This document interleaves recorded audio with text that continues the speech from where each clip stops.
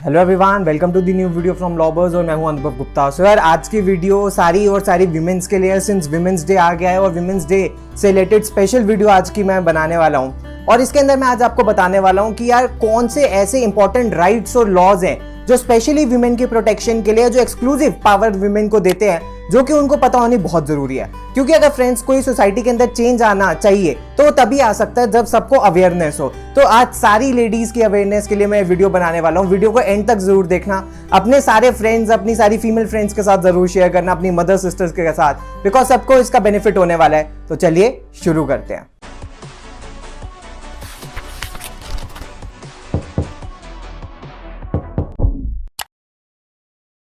तो फ्रेंड्स, सबसे पहले है equal remuneration for equal work. Generally ये देखा गया है कि सोसाइटी के अंदर अगर सेम तरीके की जॉब है तो मेन को ज्यादा पैसे मिलते हैं उस चीज के लिए, ज्यादा कॉम्पनसेशन मिलता है या ज्यादा उनको रेम्यूनरेशन मिलता है, एंड उसी जॉब के लिए विमेन को कम रेम्यूनरेशन मिलता है। तो ये एक तरीके की डिस्क्रिमिनेशन है। तो चाहे पब्लिक सेक्टर हो या प्राइवेट सेक्टर हो, तो इक्वल रेम्यूनरेशन एक्ट पार्लियामेंट ने बनाया था। इसके अकॉर्डिंग अगर जो विमेन है, अगर वो सेम काम कर रही है, सेम पोजीशन पे as their men counterpart और मेल काउंटर पार्ट, तो उनको भी इक्वल वेजेस मिलेगी। और अगर ये नहीं होता तो ये एक ऑफेंस माना जाएगा। तो सारी विमेन के लिए आपको इक्वल वेजेस मिलनी चाहिए। नहीं मिल रही तो आप नीचे कमेंट बॉक्स के अंदर बता सकते हैं, और फिर मैं आपको फ्यूचर के अंदर बताऊंगा कि आप इसके अगेंस्ट क्या रेमेडी ले सकते हैं।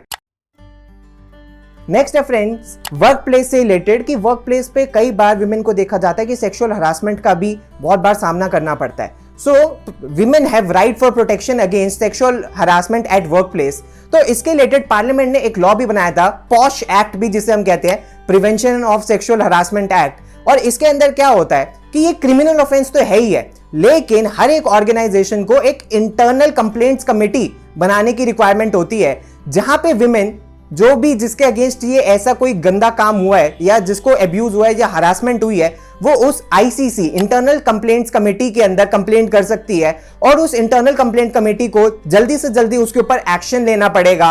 और इसके ऊपर एक टाइम लिमिट भी है, वो इसके ऊपर अपने फीट ड्रैग नहीं कर सकती, उसको डिले नहीं कर सकती, और जल्दी से जल्दी उनको जस्टिस उस विमेन को दिलाना पड़ेगा। तो ये दोनों के दोनों खासकर उनके लिए है जो वर्किंग विमेन है। अब तीसरा फ्रेंड्स उनके लिए जो हाउसवाइफ्स हैं। तो फ्रेंड्स, अगर मैं हाउसवाइफ्स के बारे में बात करूं तो बहुत लंबे समय तक ये देखा गया था कि विमेन को डोमेस्टिक वायलेंस का बहुत ज्यादा फेस करना पड़ता है, और उनके पास सिंस वो ये काम घर के अंदर हो रहा था, ये एक्ट और हीनियस ऑफेंसेस घर के अंदर हो रहे थे, तो इसके रिलेटेड वो कुछ कर भी नहीं पाती थी। तो गवर्नमेंट ने इसके लिए एक लॉ बनाया, protection of women from domestic violence act. Domestic violence act के अंदर ये हुआ कि आईपीसी के अंदर भी इसको क्रिमिनल ऑफेंस बना दिया। सो 498A of Indian penal code ये बताता है कि अगर किसी भी वुमेन के साथ डोमेस्टिक वायलेंस हो रही है, अब ये वायलेंस फिजिकल वायलेंस भी हो सकती है और मेंटल वायलेंस भी हो सकती है। सो अगर कोई ऐसा कर रहा है तो उसके घर वालों को 3 इयर्स तक की पनिशमेंट हो सकती है, और ये नॉन बेलेबल और कॉग्निजेबल ऑफेंस है। तो यानी कि बेल लेने के लिए भी कोर्ट जाना पड़ेगा। तो ये सारी विमेन जिनको अपने घर पे अब्यूज फेस करना पड़ता है, उनके लिए बहुत इंपॉर्टेंट है कि उनको पता होना चाहिए कि डोमेस्टिक वायलेंस का जो एक्ट है वो हमेशा उनके साथ है। और अगर उनको कभी भी ऐसा अब्यूज फील होता है तो वो जाके वो पुलिस में जाके इसकी कंप्लेंट कर सकती हैं। एंड ये एक ग्राउंड भी होता है डाइवोर्स लेने का, बिकॉज जो डोमेस्टिक वायलेंस होता है वो क्रूएल्टी है। तो अगर किसी विमेन के साथ डोमेस्टिक वायलेंस हो रही है तो क्रूएल्टी के ग्राउंड के ऊपर डाइवोर्स भी ले सकती है। नेक्स्ट है, अब फ्रेंड्स मान लीजिए कोई विमेन कोर्ट जा रही है और सिंस वो वर्किंग नहीं है तो वो कैसे खर्चा करेगी अपना? तो free legal aid, right to free legal aid पहले सिर्फ कुछ ऑफेंसेस के लिए दिया जाता था, सेक्सुअल ऑफेंसेस के लिए दिया जाता था, लेकिन अब ऐसा नहीं है। अगर कोई विमेन है तो उसको कंप्लीट लीगल एड मिलेगा, यानी कि सरकार के खर्चे पे उसको एडवोकेट मिलेगा, और वो किसी भी ऑफेंस के लिए हो सकता है, सिविल ऑफेंस के लिए, क्रिमिनल ऑफेंस के लिए, मैट्रिमोनियल ऑफेंस के लिए, किसी भी चीज के लिए। तो अगर कोई विमेन लिटिगेंट है तो उसको कोई पैसा खर्च करने की जरूरत नहीं होती। हर डिस्ट्रिक्ट कोर्ट में, हाई कोर्ट में, इवन सुप्रीम कोर्ट तक लीगल सर्विसेज अथॉरिटी होती है जो अपने खर्चे पे एडवोकेट विमेन को प्रोवाइड करती है, जो उसके बिहाफ पे केस लड़ेगा।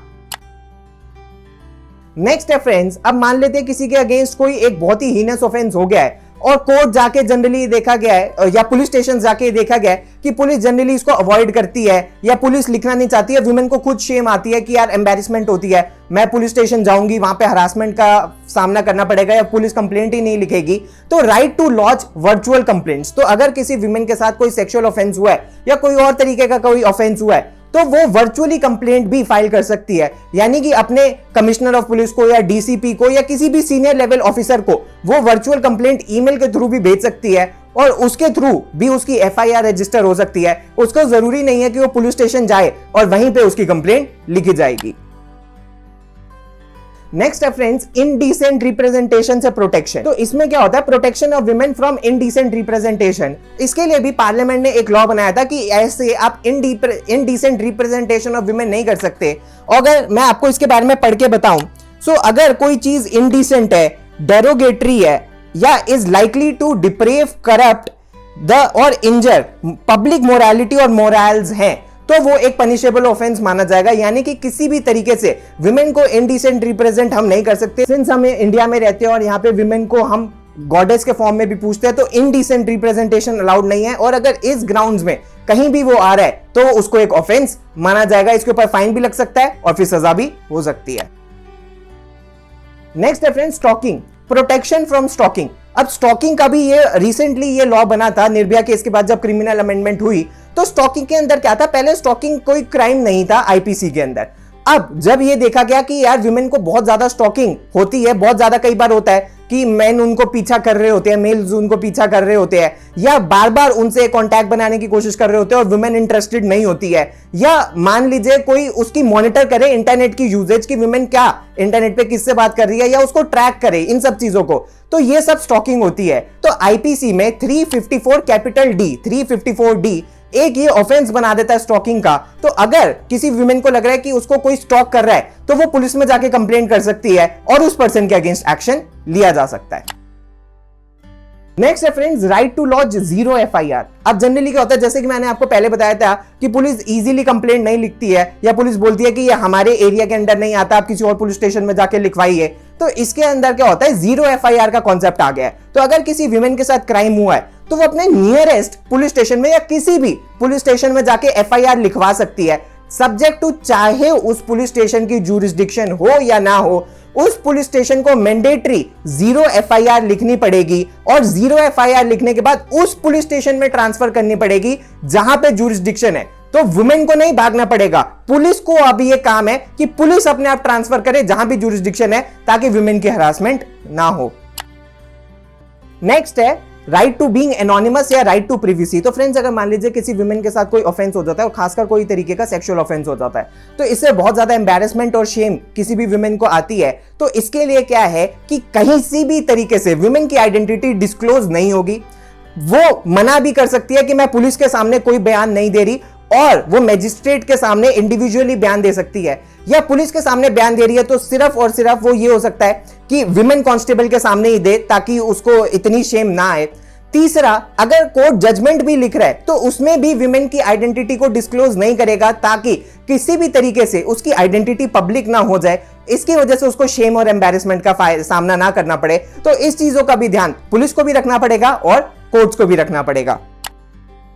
और last but not the least, आज की वीडियो के लिए वैसे तो और भी बहुत सारे राइट्स होते हैं, राइट टू इनहेरिट प्रॉपर्टी। ये मैंने कई बार फ्रेंड्स बताया, लेकिन आज फिर बता देता हूं कि अब रिसेंटली सुप्रीम कोर्ट की जजमेंट आने के बाद जो भी हिंदू वुमेन है उनके पास इक्वल राइट है to inherit property as their brothers and fathers. या अब ऐसा नहीं होगा कि विमेन के अगेंस्ट कोई डिस्क्रिमिनेशन हो सकती है। पहले क्या होता था, एक ना कंफ्यूजन था कि ये अमेंडमेंट 2005 में आई थी, तो क्या 2005 के बाद ही ये मिलेगा? नहीं। तो सुप्रीम कोर्ट ने बोल दिया जब से विमेन बॉर्न हुई है तब से उसका इक्वल राइट है एज देयर मेल काउंटरपार्ट, यानी कि जितना उनके ब्रदर्स का और जितना उनके फादर्स का राइट है उतना ही राइट विमेन का भी है राइट टू इनहेरिट करने का, और उसके राइट को मना नहीं करा जा सकता, उसको वो प्रॉपर्टी के अंदर शेयर मिलेगा। तो फ्रेंड्स, ये थे कुछ इंपॉर्टेंट राइट्स विमेन से रिलेटेड जो लॉज स्पेशली विमेन की प्रोटेक्शन के लिए और विमेन की अपलिफ्टमेंट के लिए बनाए गए हैं। वैसे तो और भी बहुत सारे राइट्स हैं, वो मैं आपको और फ्यूचर की वीडियो के अंदर बताऊंगा। तो यार वीडियो पसंद आई हो तो लाइक जरूर करना, अपने सारे फ्रेंड्स और फीमेल फ्रेंड्स और फैमिली मेंबर्स के साथ जरूर शेयर करना। अब मैं आपसे नेक्स्ट वीडियो के अंदर मिलूंगा। Thanks a lot, all the best, God bless you.